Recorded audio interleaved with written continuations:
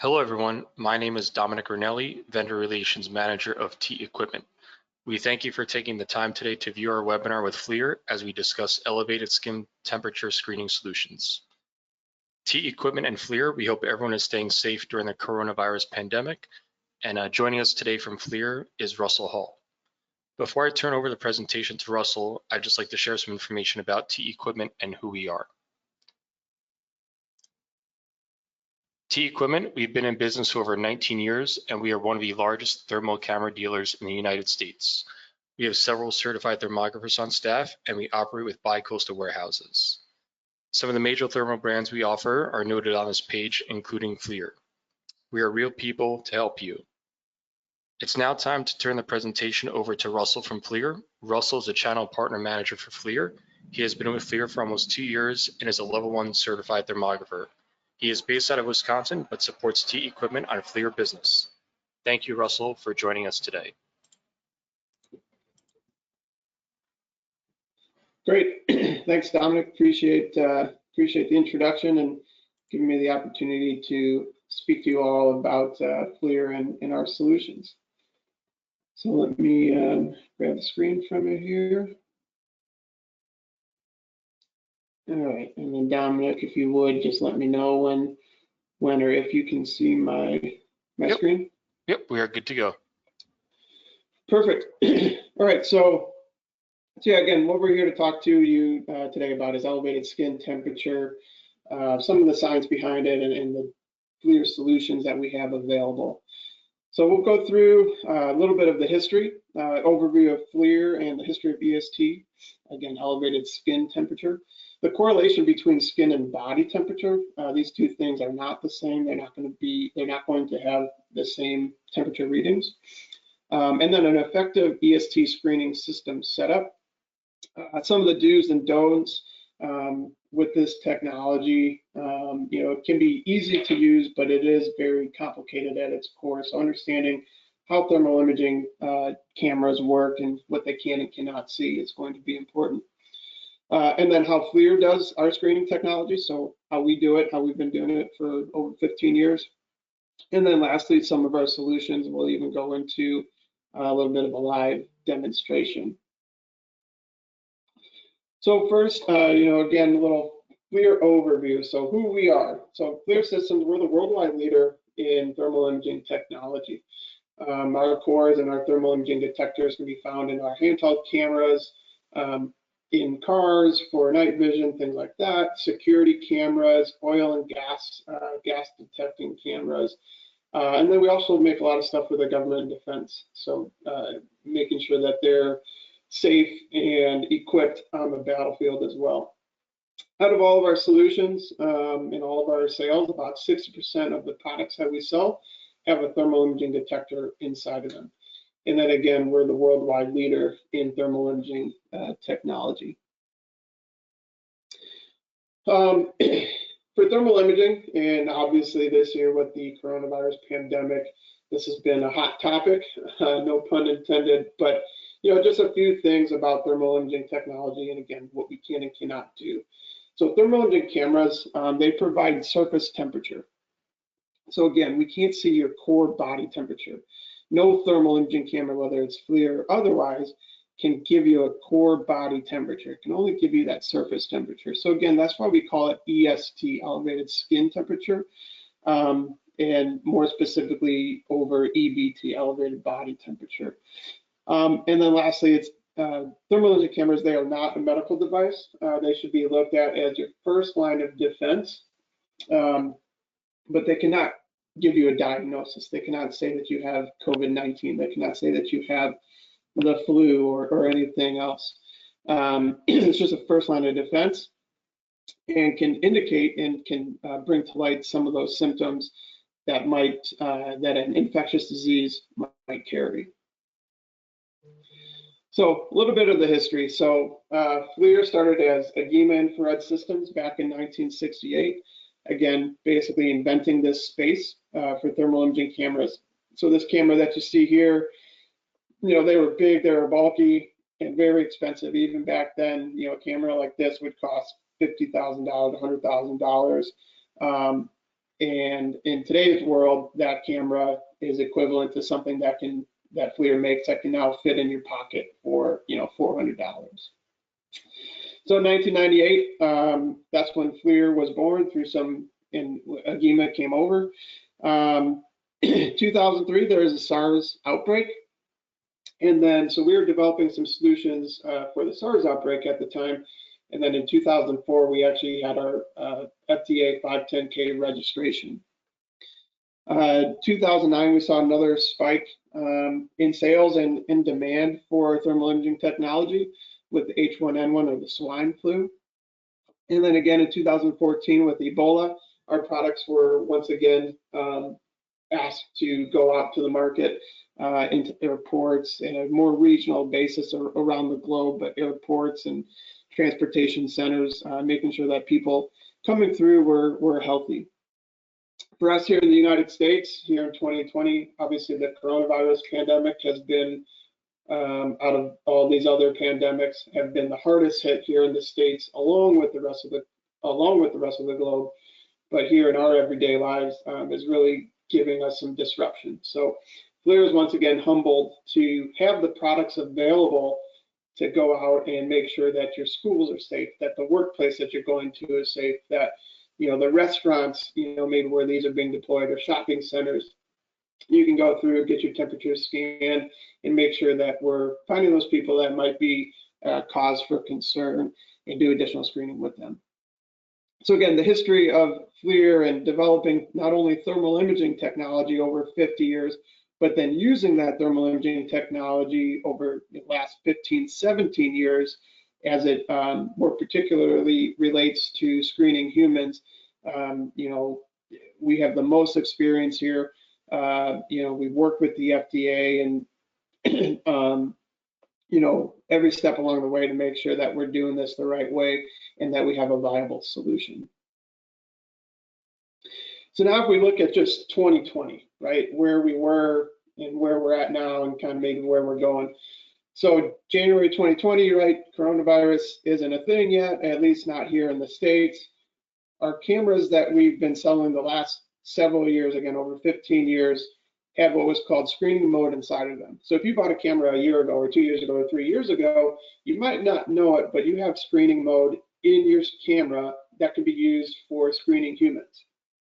So again, 99% of our camera sales were for predictive preventative maintenance, right? To go scan an electrical panel, a data center, a motor, and maybe 1% was for that screening humans. But here in 2020, we've seen that really kind of flip-flop, and I'm sure Dominic could attest to that as well, where now it seems like 99% of the camera sales are for coronavirus or screening humans, and 1% of the cameras are for, hey, I need to go screen this motor in my manufacturing plant.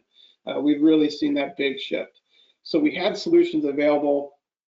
Some of our customers may or may not have even realized that they had that inside of it.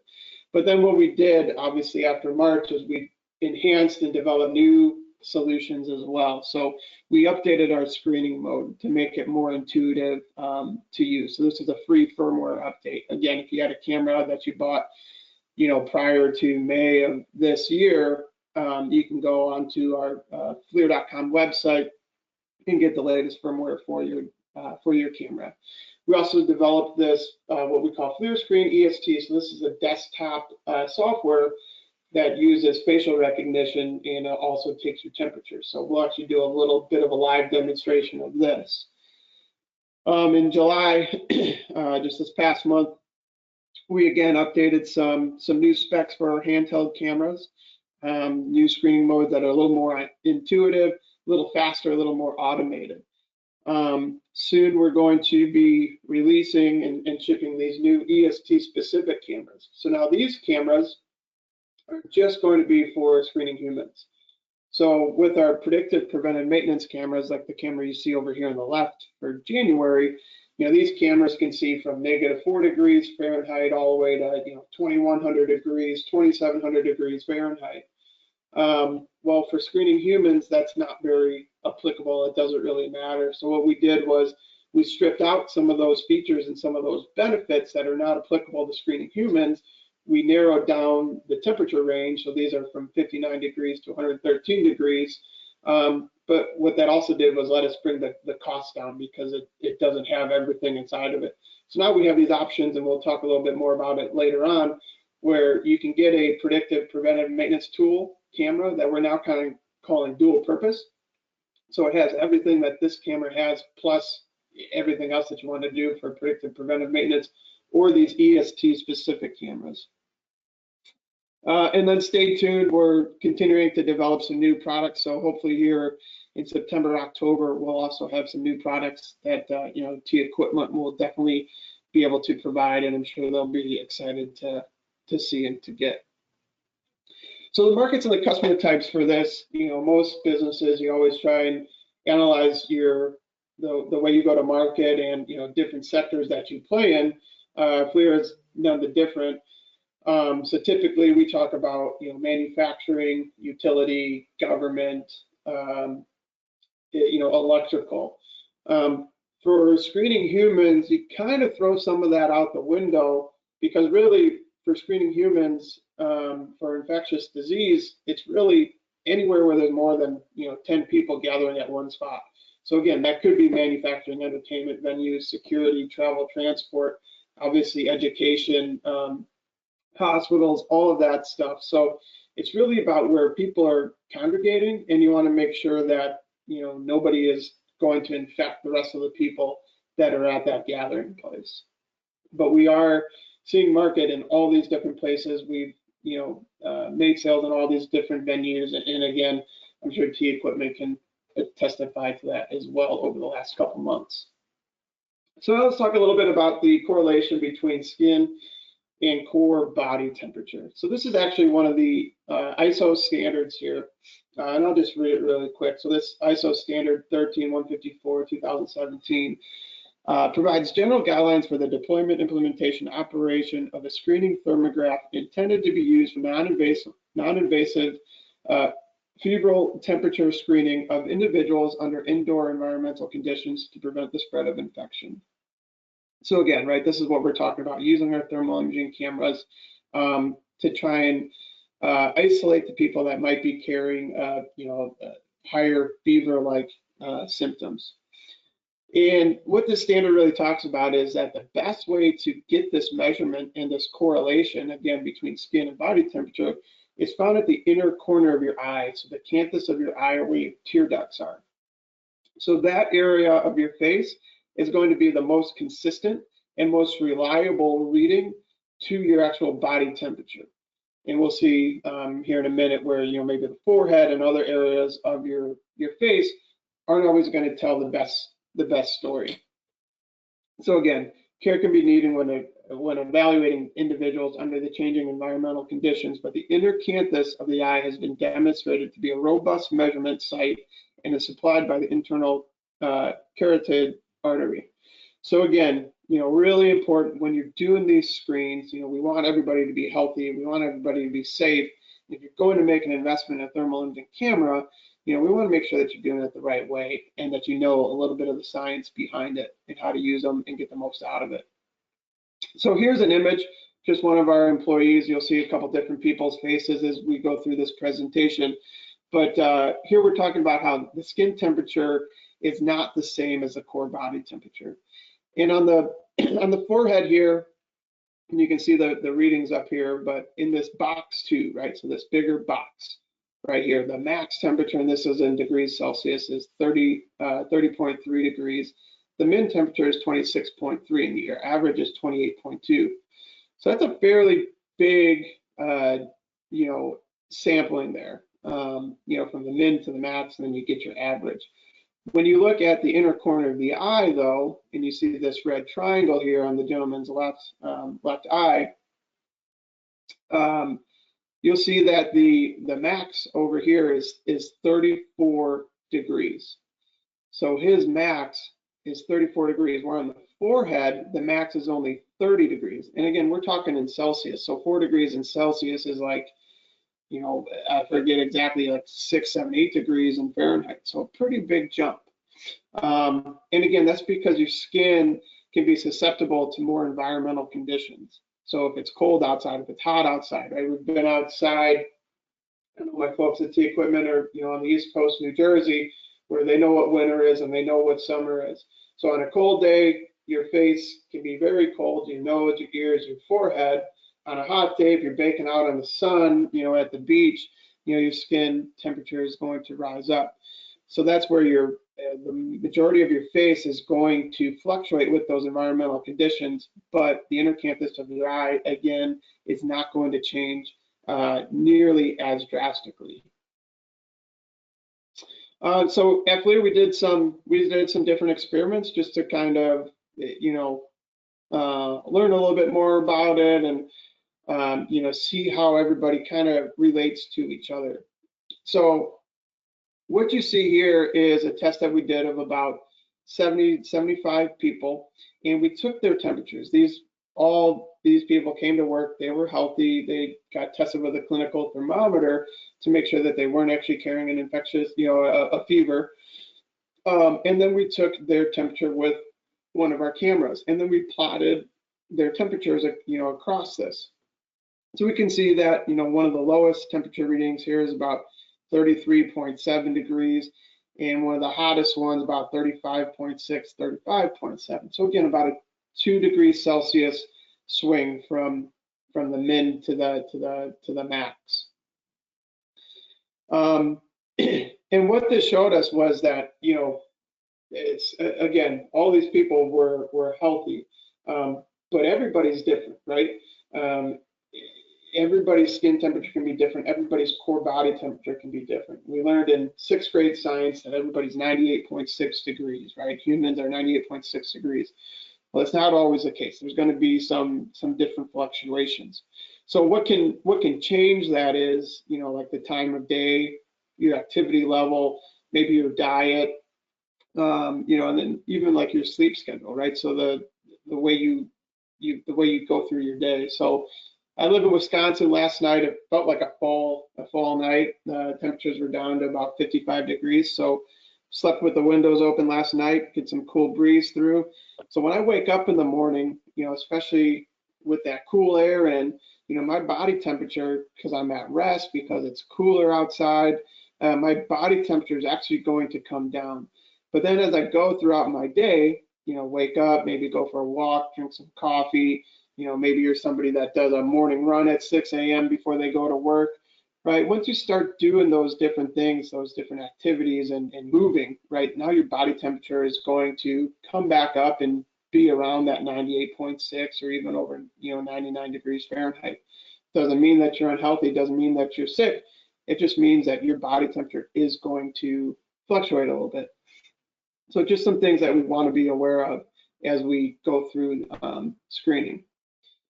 So also with this, right, so now, okay, skin temperature is not core body temperature, and body temperature can be different from one individual to the other. So how do we find out, who's sick, who's not, what's the best way to disseminate all that information? So the FDA put some guidelines out there, and this was what they came out with in April. So one, you want to make sure that you have an accurate camera, right? So plus or minus 0.9 degrees Fahrenheit. Ours are actually plus or minus 0.5. So we're well within, we're better than what the FDA suggests.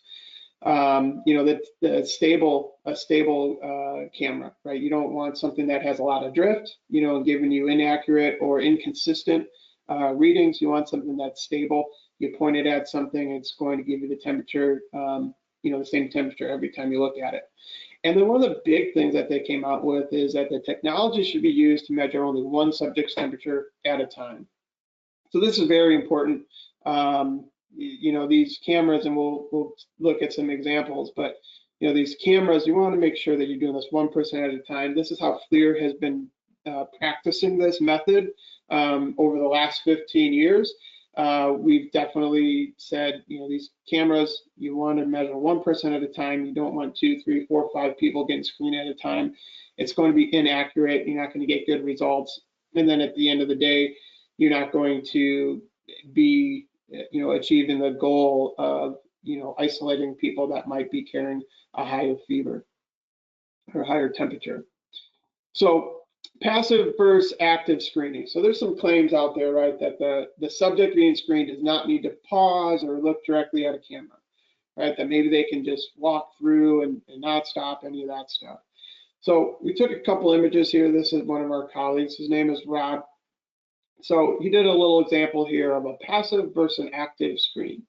So on the left here is what we would call a passive screen. Again, you're just kind of passing through. We'll go over these numbers a little bit, but the way that our tests work is that you set an average temperature. So in this case, it's 95.5 degrees. And then you set a deviation above that. So 2 degree Fahrenheit over that. So then you see this little bell. So at 97.5 degrees. So the average of the people coming through is 95.5. We're interested in finding people that are 97.5 degrees or higher. You get an alarm. So Rob is currently 96.3 degrees. So you see this little silhouette of a person that says 96.3. That's actually the hottest temperature on Rob's face that you can see, and that's this red crosshair here on the bridge of his nose. So 96.3. So in this trial, Rob passes. He's not at the 97.5, which would be a flag for concern. This was taken on May 11th at 12:58, and then just a minute later. So it wasn't Rob went and ran a marathon or did 100 jumping jacks and push-ups or anything like that.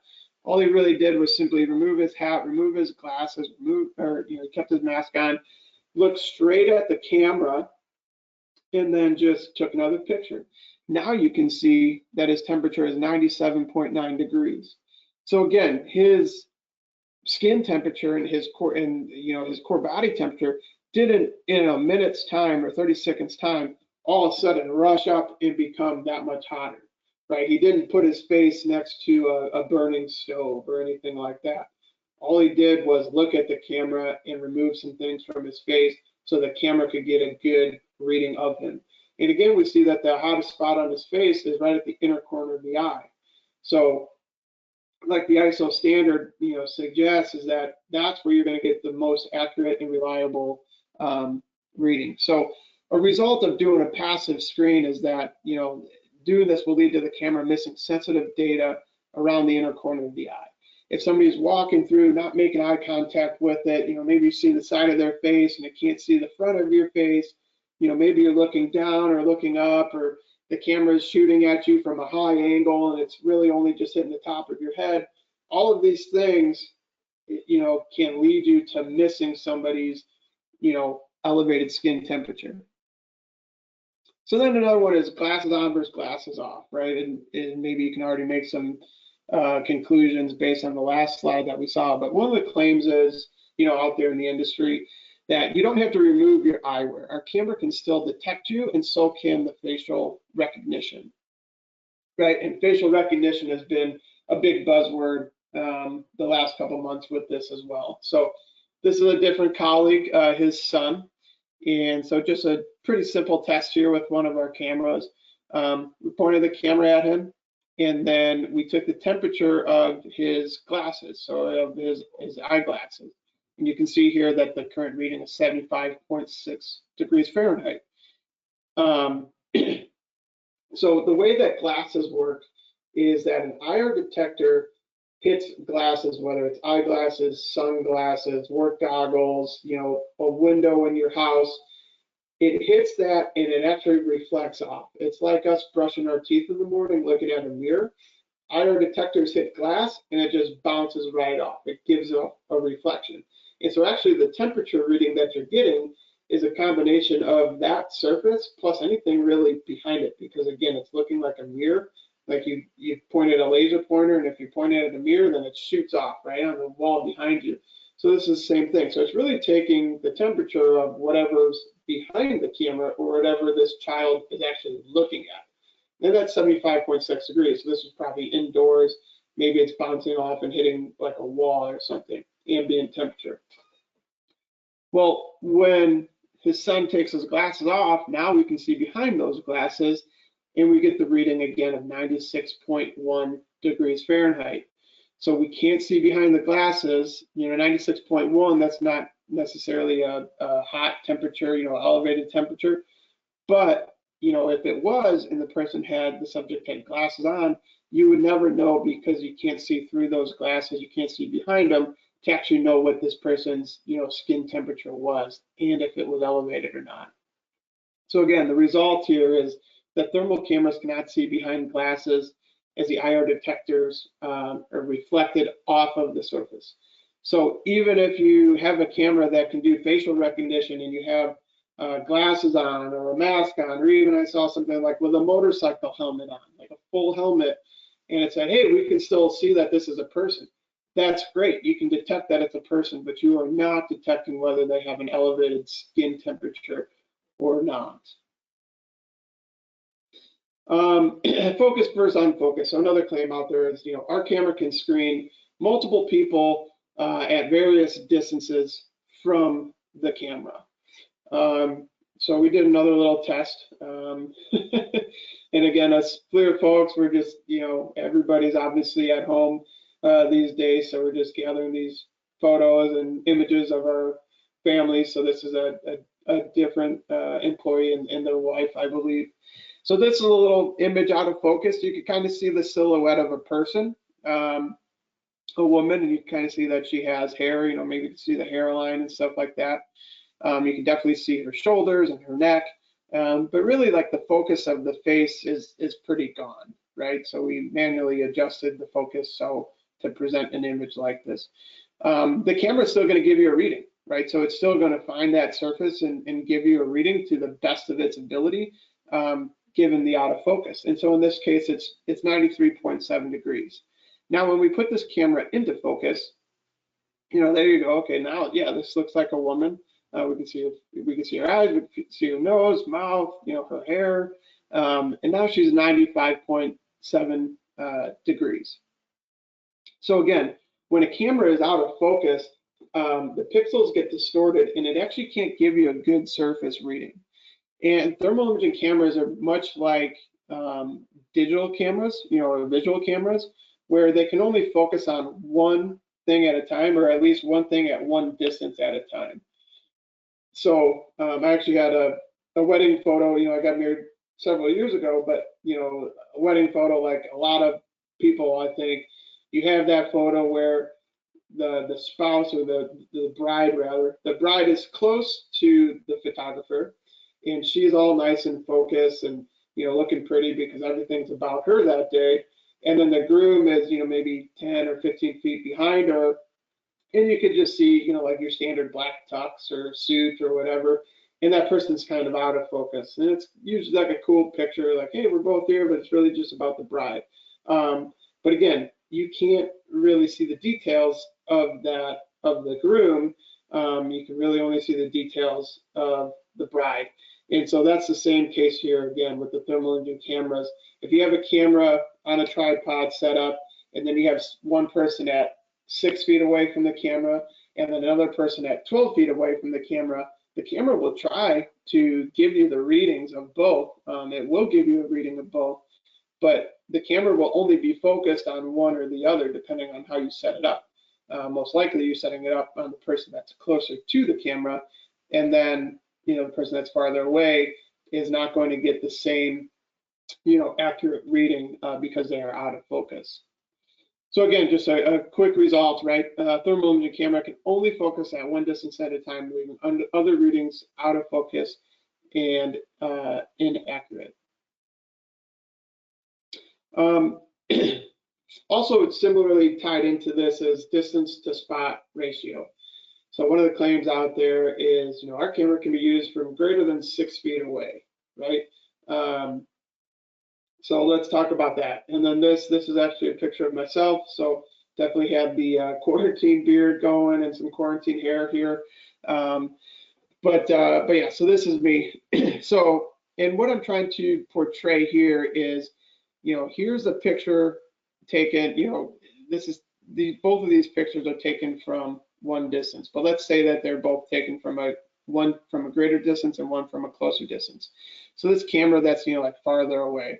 Right, when a camera is farther away, the spot that it can actually detect is going to be larger. So what distance to spot ratio is, every camera will have it, and even thermometer temp guns will have distance to spot ratios. But let's use just an easy one. Let's say it's 10 to 1. So that means that at 10 units of measure away, let's call it inches, at 10 inches away, your thermal imaging camera or your IR thermometer can see a spot, it'll be a diameter of 1 inch size. So from 10 inches, if you're standing 10 inches away from a target, it'll give you a reading of 1 inch diameter. If you stand 20 inches away from that same target, now your reading will be a bigger circle, 2 inches of diameter. So the farther that you move away from something, actually the bigger that the target is, or the reading is on that target. But the closer you are, then you're going to have a smaller target. So on the left here, what this is really showing is, okay, if I'm farther away, this is going to be my area of interest or my region of interest. So when we look at something like this, right, we can see, all right, the average temperature in here is 91.3 degrees. Now, because this was taken, only 3 feet away, I do have the detail, the min and the max of it. But if this was farther away, the pixels inside the camera will just give you the average, and that would be 91.3. Now, if you were doing this, if we look to the right, if you're doing this and you're actually closer, and the power of your camera and the closeness of the camera to the subject was great enough, you would get that spot and you would find that it's 95.3 degrees right in that spot. So again, if we're too far away from a subject, you're going to dilute the thermal resolution, and the distance to spot ratio is going to be greater than the area that we're looking to measure, which is the inner canthus of the eye. The inner canthus of the eye is like 3 millimeters, very, very tiny, like a couple grains of salt. Very tiny space, and so you need a powerful camera at a close distance to really get that measurement accuracy. So again, at more than 6 feet, thermal imaging cameras do not have a strong enough distance to spot ratio and or IR resolution to accurately measure the small region of interest, that is the inner canthus of the eye. So again, all of these things, right, really add up to the way you set up your thermal imaging screening system is absolutely critical. So, here's just some images out there. So again, this image on the top left, reading several different folks in a big line, right? So again, the FDA said you should be reading one person at a time. The FDA says, ISO standards say that the important part of the reading is the inner corner of the eye. So in some of these images, we see obviously multiple people. We see people with glasses on. You can see in this thermal, again, like the glasses are very cool colored, that blue, that purple, because the thermal imaging detector, doesn't matter whose camera it is, no thermal imaging detector can see behind those glasses. It's just going to reflect off. So you're getting that cool temperature. So this person is getting a pass rating, looks like 36.8 degrees maybe Celsius, getting a pass reading, but not even really getting screened. And these people over here are getting pass readings, even though they're farther away, not in focus from the camera. Then we look at this image down here at the bottom, gentleman over here on the left, like we're seeing the back of his head. We're seeing a little bit of the side of his face, his ear, the back of his head. All of these are passive screens. These people probably don't even know there's a thermal imaging camera in this, looks like a shopping center or maybe a customer lounge and cycle, probably at an airport. So they're walking through this airport, they probably don't even realize that there's a thermal imaging camera there. So they're not doing active screens, they're not looking at this camera. The camera's just trying to pick up people. But again, glasses on, people not looking at it, you're going to have inaccurate measurements. Down here, this is actually a FLIR camera. So, I mean, it's one thing to buy the camera, right, and make sure you get a good quality camera. but even our cameras are not, not immune to bad system setup, right? We offer training. We can do any training that you want, but it's really up to the operators that they run a good test and they conduct a good experiment. So here, even though it's using a FLIR camera, we see that this gentleman right here is way out of focus. And then we see a couple people in the background, again, different distances, multiple people in it at the same time, person with glasses on. So great, you invested in a great camera, you bought a FLIR camera, but if you're not using it in the right way, you're not going to get the results that you're looking for. And people are potentially going to pass through carrying that elevated skin temperature and potentially putting other people at in harm's way. Some articles out there, right? Miami-Dade County spent $400,000 on unreliable fever detecting cameras. So this was just, in June. So they went ahead, they made some camera purchases, implemented them, found out that they're not working, that they're not reliable, that they're not accurate. So really, the type of camera that you get and the system that you use to enforce this is very critical to ensure that you have a good system in place. So the way that FLIR does our screening, right, how we conduct our tests and how we advertise our technology, is that we are actually looking for anomalies. We're not focused on an absolute temperature. We're not focused on just 99.5 degrees or 100.4 degrees, because again, as we've discussed, we're really looking at skin temperature, and your skin temperature is not going to get up around that 99.5, 100.4. That would be really hot. That would mean your core body temperature would be pretty warm, 100, 203. So we're looking for the anomalies in the skin temperature. And the way that we do that is we get a reference or a sample average temperature. So here you can see that the sample of the average temperature is 94.3. So what our camera does is that you have, let's say, 10 people pass through. Let's say Dominic goes first, and Dominic reads 96 degrees. And then I go through and I read 96.5. And then Alice goes through and she reads 96.3, and then so on. So you get, minimum of 10 people that come through. The camera actually automatically takes all of those temperature readings and averages them together to get your baseline temperature. So in this case, the baseline temperature was 94.3 degrees Fahrenheit. Now you set an alarm threshold. So now you can set a fixed deviation. So we recommend 1.8 degrees Fahrenheit fixed deviation. So if my baseline is 94.3, then my standard deviation is 1.8. So 1.8 plus 94.3 is 96.1. That's going to give me an alarm on anything at or above 96.1 degrees. And then your measured temperature right here is 95.2. So that's actually the reading of the person being sampled at that time. So here again, this is me. So, again, looking at my eyes, I'm doing an active screen, looking right at the camera. The camera picks up my eye canthus, my tear duct, and says I'm 95.2. So I'm under that 96.1 degree threshold. Now these samples, they can be updated, instantly. So the more and more people that you get, your sample average temperature will move with it. So again, like we talked about in the morning, the average temperature, when people are just waking up, just getting to work, your average temperature might be a little bit lower. Maybe it's colder in the morning than it is in the afternoon when the sun's at its highest and, it's warmer outside.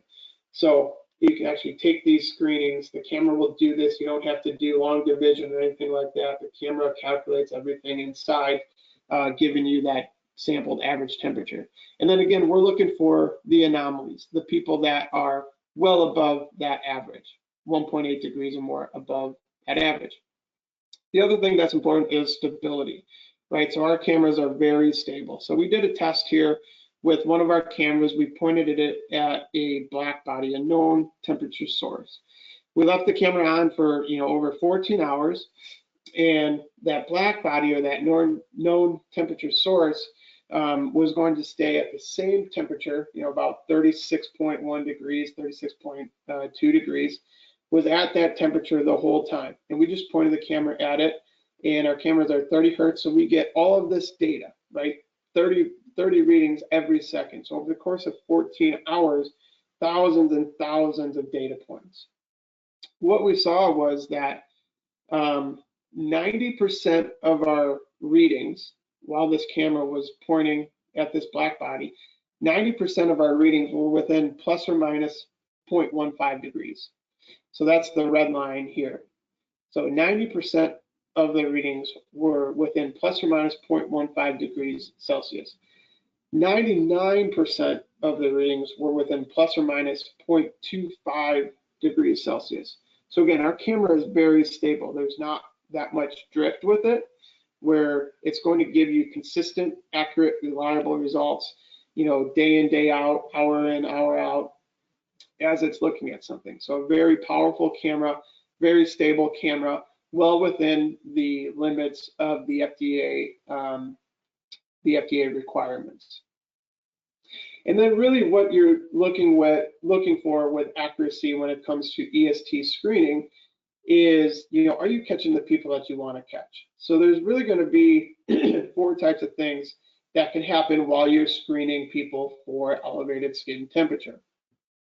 So one is, you know, the camera says, hey, this person has an elevated skin temperature.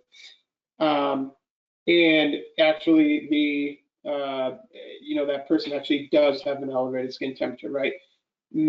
Calculated with a medical grade thermometer. So that would be a hit. A false alarm would be, you know, the camera says, hey, this person has an elevated skin temperature. Okay, let's go get them a secondary screening, right, with a medical grade thermometer to see if they actually do.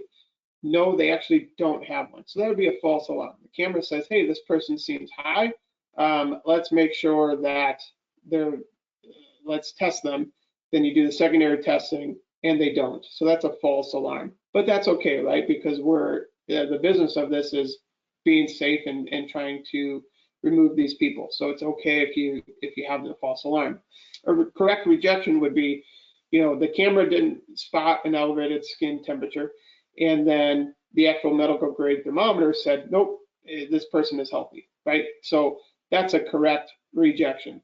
And you're going to have a lot of those, right? This is the person that just, your camera says, yep, this person is clear. Next person comes up, yep, this person is clear. Those are all correct rejections. So you're going to have a lot of correct rejections as most people are healthy coming through, you know, your place of work. And then a miss, right? There could be some misses where the camera doesn't pick up on the elevated skin temperature, but that person actually is ill, right? So that would be a miss. So what you want to see on this is you want to obviously limit the misses, and the way that you limit the misses is with an accurate, with a strong, accurate, quality camera, and doubled with a correct procedure in place, right? Screening one person at a time, 3 to 6 feet away, having them do an active screen. Again, you're going to get a lot of correct rejections, and then, you know, your hits, those are the ones that are going to be, excuse me, ma'am or miss, like, you know, you can't come into this store right now, you can't come to this movie, why don't you go work from home, that type of stuff. Those will be your hits. So that's really what the accuracy is. So again, we're not focused on a fixed absolute temperature. We're looking for the anomalies, people that are above the norm. And again, that norm is set by the average temperatures that our camera calculates for you. So now let's talk about some of the FLIR EST screening solutions that we have. So again, complete screening tools, stable, and really easy to set up. So breaking this down into 3 different buckets. So we have our handheld dual purpose cameras. We have our handheld EST cameras, elevated skin temperature, and then we have our fixed mount EST cameras. So our handheld dual purpose cameras, these are our full featured predictive preventive maintenance cameras. So this is what we've been selling, you know, the last 2, 3, 4, 5 years, right? Come out with new models every couple of years, 3 or 5 years. But these are predictive preventive maintenance tools, the ones that have screening mode built into them that some people maybe didn't even realize was there. So full featured, going to go from -4 degrees Fahrenheit all the way up to whatever you want, 2,700, 3,000 degrees Fahrenheit. These can connect to a monitor, so they're still very easy to implement for screening. They can be mounted on a tripod, and then they can be updated with all of the new screening technology and capabilities that we're coming out with as this pandemic continues. And then we have the handheld EST models. So these are the brand new ones. Should be shipping in September. And I know T Equipment has already placed some orders for these cameras, so they'll be one of our first distributors to have these available here next month in September. So again, these are the EST elevated skin temperature specific cameras. So they remove those big temperature ranges. Now we're just looking at -59 or 59 degrees to about 113 degrees. Humans again are going to reside between that 92 to 103. We did this because by stripping out some of those other features and benefits, we're able to offer a higher resolution and actually bring the cost down. So now instead of paying for a predictive preventive maintenance camera that might be $20,000, now we strip out everything that you might not use and just give you what you need for your application. And now that $20,000 camera is $10,000 or $8,000, even down to about $5,000. But there still is a market for both, because you could be a person that says, hey, I work in a manufacturing plant. We want to screen employees that come through in the morning, but then in the afternoon, we could actually use this camera to go screen our electrical panels and our critical motors and our critical infrastructure, our boiler room. So it's still nice that you have the best of both worlds. But if you are strictly only going to use it for screening humans, maybe your company made a decision that from this day forward, whether there's an active pandemic or not, we're going to be taking people's temperatures, and you want a camera dedicated to just that, then you would definitely be in this handheld EST market. Also, you could be in the fixed mount EST market. So now these are what we call fixed mount or automation cameras. Again, these can be mounted on a tripod. They can also be mounted on brackets. They come with the screening mode on board. They can be networked into your system. So if you have some sort of security system, these can actually run off of VMS and ONVIF protocols. They also have IP addresses, so you can tap into each camera via an IP address, a URL. And if you had 4 of these cameras set up at one location, you could actually monitor from like your guard shack all 4 cameras. You could bring up 4 different tabs on your internet browser, and you could actually look at each camera and what it's doing. So again, these would be powered, power over Ethernet, would be more streamlined into your system, but a really nice solution here, and comes equipped with all of the screening mode that you need. One of our other solutions is what we call a FLIR Screen EST. Now, this is actually a web a software that you would put onto a laptop. So any of those cameras that we just talked about are compatible with this software. So this actually gets loaded onto the laptop. So you connect your camera to the laptop, and the processing is done on the laptop, and you're seeing that facial recognition. It's giving you that temperature reading. So I'll play it one more time for you guys. So you can see that this is very fast, very powerful. Take off the glasses, and you really just got to stand up to the camera, present yourself for a half a second at the most. It gets you that nice green check mark that, hey, you're not elevated skin temperature, go on into work. So with a system like this, you can get through 30 people in a minute, 1 every 2 seconds. If you're doing social distancing, staying 6 feet away, basically your line never stops moving. The one person is being screened, the next person on deck, if you will, is 6 feet behind them. Once one person starts moving, the next person behind them starts walking their 2 steps, 3 steps to the camera, and then they're on to go. So a really slick solution, and we'll go to a live demonstration of that here in a minute. So just a quick summary, then we'll do a little demo, and then I'll kick it over to Dominic for any questions that may have come in.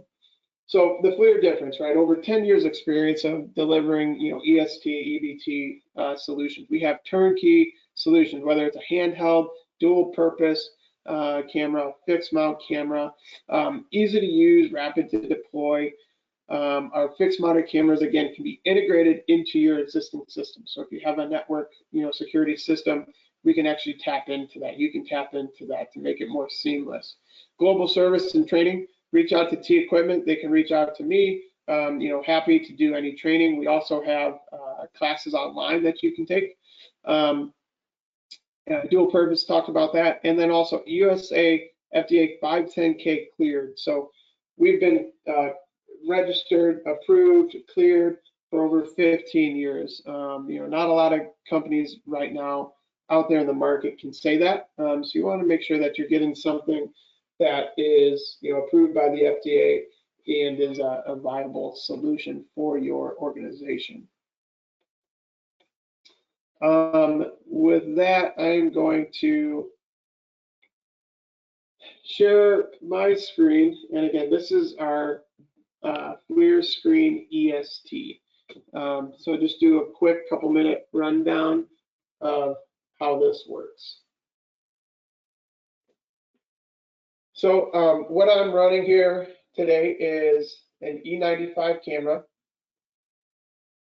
and connected to my laptop, which then my laptop has the FLIR Screen EST software enabled on it. So this thing will just take, let me make sure my parameters are all set and good to go. Looks like they are.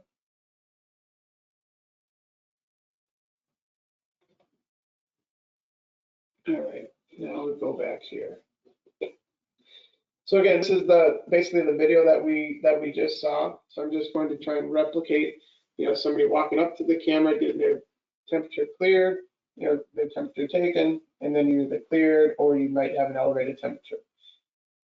So again, very, very quick, very easy. The camera finds my face, takes my temperature, and you're on your merry way to go into work or to go into that restaurant or to go into that school. So I'll show you a little bit of the back end. You might have noticed that it said, cleared, and today is Taco Tuesday, right? So I guess yesterday it was Taco Tuesdays, today is Wednesday, but everything is very customizable on this, which is, nice and makes it easy to use. So you're going to have really like one of 6 things happen when somebody gets screened. One, and probably the most common, is you're going to have no elevated temperature detected, right? Most people, I think, are being if you feel healthy, then go to work. If you don't feel healthy, then you're staying home. So we're going to have a lot of healthy people come to work, right? And that's to be expected. So you're going to have a lot of no elevated temperature detected. And then you might have, some elevated temperatures detected. Those are the anomalies, right? So the people that we're looking for that are above the norm. So those people, again, you can customize this. Hey, wait for assistance. Elevated temperature detected. Please proceed to secondary screening. Again, this is not a medical grade thermometer, so if you did have somebody, trip the camera or, trigger the alarm, then maybe you have them take an oral thermometer, medical grade thermometer to actually see what their core body temperature is. And then you have this below minimum or above maximum, too many faces detected, and or the system is, closed or turned off. So too many faces detected. Again, we want to do this one person at a time. Per the FDA and per really the science of these cameras and the limitations of them. Like we talked about, if you're standing too far away, the focus of them, not seeing the inner corner of the eye, all of those things are very important. So we're doing this one person at a time. The temperature below minimum and the temperature above maximum. So if I jump over here to the left, you can actually set the skin maximum temperature and the skin minimum temperature. So I have it set for the minimum at 92 degrees Fahrenheit. You can alter this to be Fahrenheit or Celsius. But any good skin healthy or any healthy skin temperature could be anywhere from like 92 degrees to 90, 98, 99 degrees Fahrenheit. So we set the skin temperature minimum at 92 degrees and the maximum at 103. So if a face comes in and it's detecting, somebody's face at like 85 degrees, right? Very uncommon that that might happen, but maybe somebody's just walking through a blizzard, then they step right in front of this, say, hey, your face, your skin is way too cold right now. Why don't you warm up, acclimate to the indoor temperature, and then step through again. And same type of scenario with the skin maximum. If they were to reach over 103 degrees, maybe they're burning out in the sun, or did something, or doing something that their skin is super hot. Say, hey, your skin is abnormally hot. Why don't you acclimate to the environment really quick? Try again. If you're still too hot, then either you are maybe you are sick, or maybe you are carrying a fever. But all these things can be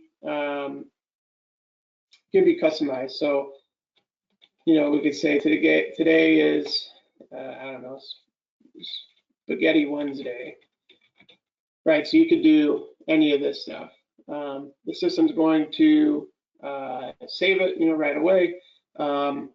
The allowed deviation that I have is 1.8. So again, 1.8 degrees Fahrenheit. So anything that above that average temperature, that normal, good reading temperature, and what that is right now, we can check. So the average temperature right now is 94.9 degrees. So anybody that is 94.9 degrees or higher, or 1.8 degrees over that 94.9, will get flagged as having an elevated skin temperature. And again, this is nice because the camera is going to update this value every time that somebody walks through that screening station. So, and that's important because today might be a cool day and then tomorrow is a hot day, and so our body temperatures and our skin temperatures are going to change with the environment. So again, that's why it's important that you don't just say, I'm just interested in people that are 100.4 degrees, because on a cold day in, December, January, February, March, it's going to be hard for anybody's skin temperature to get to that 100.4 degrees, right? Virtually impossible. So on a cold day, or in the winter, your averages might be lower, into the 94s, the 95s, or even 93s. And then in the summer, you might see your values rise up to 95 and 96. Now, again, it doesn't mean that somebody's sick one day, not the other. It just means that our bodies are going to fluctuate with that. So again, I'll just point this at me one more time. So I'm going to turn my camera around, present myself to the camera. Again, it sees me clear. Today is Spaghetti Wednesday, right? Pop out, next person walks up, they get screened. You're clear. Today is Spaghetti Wednesday. So again, very fast, very easy to use and to get set up. And then again, very customizable. So the other things that you can do is right now we have, show that hats are prohibited, glasses are prohibited. Very important that the glasses are prohibited. But if you, say, hey, people keep their hats on, or, need your mask on, what have you, you can do that. And so now you see on the bar over here that now it only says that the glasses are prohibited. If I want to go back and, say that we want to take your, your masks are prohibited while you're getting screened. So for a quick, half second, pull your mask down and then get screened and then put your mask back on, right? You can put all those things in here. So again, a very customizable software here that you can use and execute your screenings with. So Dominic, I hope that was beneficial for you and for the audience as well. At this point, I will turn it back over to you. I don't know if I need to stop sharing, if you have a closing slide here and some questions. Yep, I thank you, Russell. Really appreciate your time and overview of FLIR and their elevated skin temperature screening solutions. As you mentioned, we can go through some questions that might have popped up for those in our audience during your presentation and informational session. For anyone else that's viewing that may have questions, they could reach out to our sales team. Our contact information is on the slide and will be provided in the email as well. But one question Russell, would be, can thermal imaging be dangerous to humans? Good question. So, so when our cameras are in what we call our screening mode, they cannot. Our cameras do have lasers on them, but when you're doing screening mode, all of those lasers are disabled. So a lot of thermal imaging cameras, might have lasers. So if you are using a thermal imaging camera that has a laser, you just want to make sure that it's disabled. The laser could be harmful to somebody's eye, but that would be the only cause for concern. And again, when our cameras are put to use in our screening mode for screening EST, that is automatically disabled, so it's 100% safe to use on humans. Gotcha. Okay. You spoke about the resolution and IR resolution specifically. What would you say is the minimum IR resolution FLIR recommends for EST screening? Perfect. Yeah. So a 320 by 240 resolution is the minimum that we would recommend, and then again, suggested by ISO standards and the FDA and medical research. So one of our new cameras that is coming out, our E54 EST, is right at that 320 by 240, and then we have other cameras that go up to 640 by 480. If you are, we talked a little bit about distance away from the camera. That's important. So we recommend that you're 3 to 6 feet away from the camera, again, because that distance to spot ratio and the IR resolution needs to be very powerful and at a good, close distance. So on like a 320 by 240, you want to be maybe a little closer in that 3 to 4 feet range. 6 feet range, you're getting a little outside of it. But if you did want to be at that 6 feet range, then our 484 cameras or 640 cameras would definitely be able to support the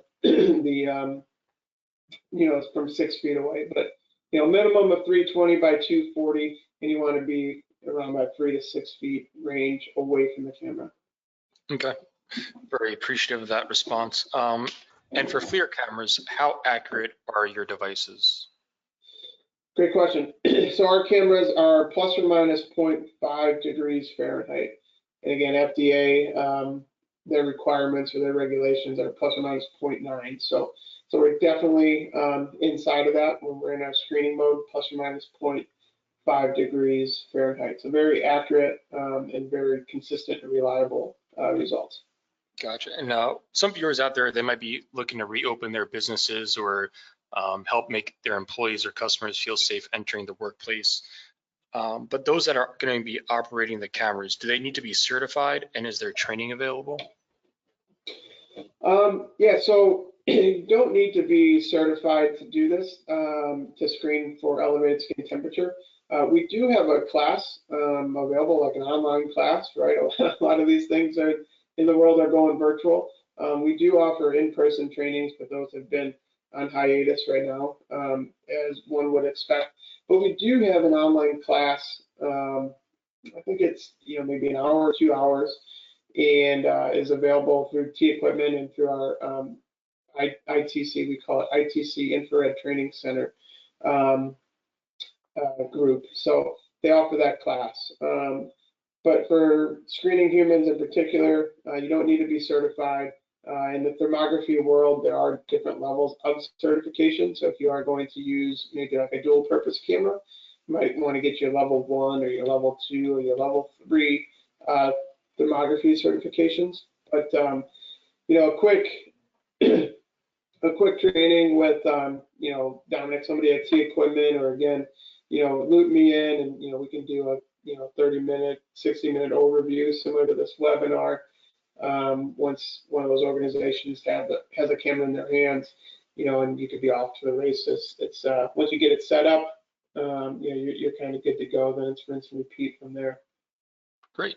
All right. Well, I think that concludes our presentation and informational session. So I just want to thank you, Russell, again for your dedication and FLIRs to help our customers and providing the information that you did today. Absolutely. Thank you. And thanks, T Equipment. You guys are a great partner of ours. So definitely appreciate all the support. And, talking about the training, and you mentioned it earlier, T-Equipment, you guys have a bunch of level 1, level 2, and probably even level 3 thermographers. So you guys are a great resource as well, but happy to hop in wherever needed. Great. Really appreciate your time, Russell, and have a great day. All right, you too. Thank you.